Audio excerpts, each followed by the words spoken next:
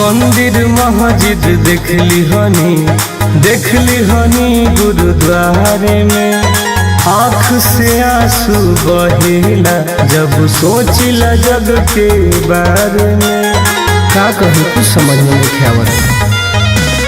मंदिर मस्जिद देखली हनी गुरुद्वारे में आँख से आंसू बहेला जब सोचिला जग के बारे में।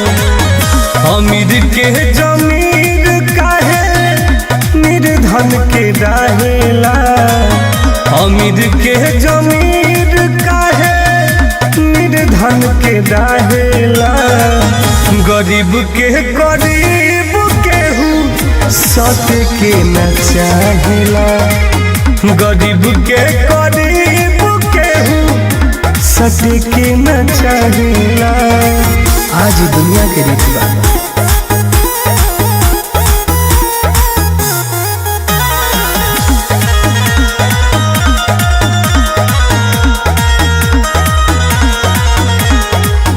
होखे जब दुख विपत कवनो मजबूरी, भाई से भाई तो बनावेला दूरी।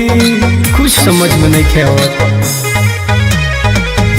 होखे जब दुख विपत कवनो मजबूरी, भाई से भाई तो बनावेला दूरी।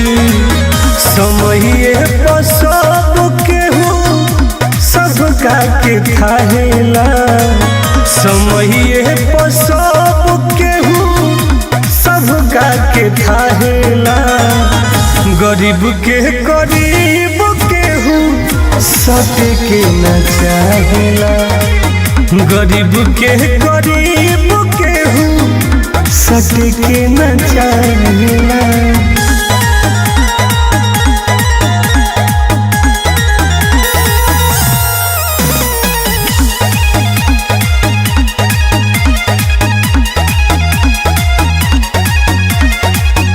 कोर्ट कचहरी पुलिस थाना में भी राजबा, पैसे वाला के पीछे भागत समाजबा।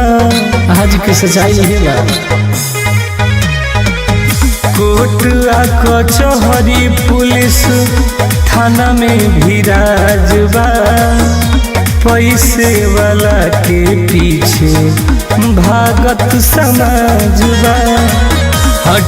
टुन से घर बतिया कहतार काहेला, टुन से घर बतिया कहतार काहेला। गरीब केहू